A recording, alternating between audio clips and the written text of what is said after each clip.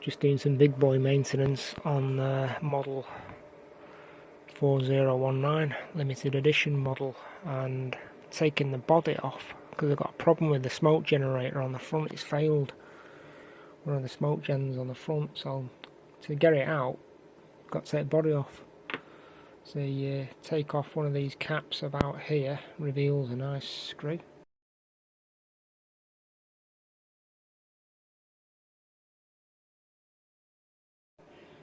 And another tiny little cap just in front of the cab on the roof. Tiny cab piece of plastic there, cap. Take that out. Well, it reveals another screw.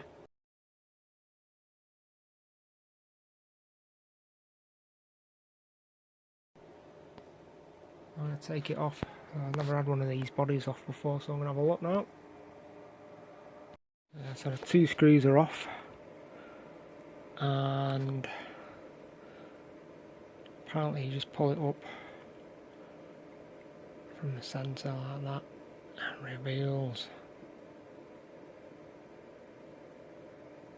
a decoder. In fact,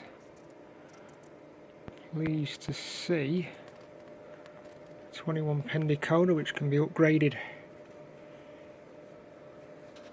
That is actually a Trix custom programmed chip, but what I'm thinking of doing is replacing that chip there with an ESU and changing the sound file, because it's not a true sound file. It doesn't sound like a Bigboy, the standard sound file that comes factory fitted with it, so that's easy enough to change over.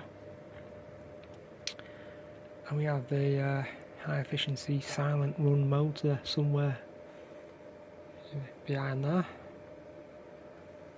It's behind the circuit boards, and we've got the dual pickups for the smoke gens there.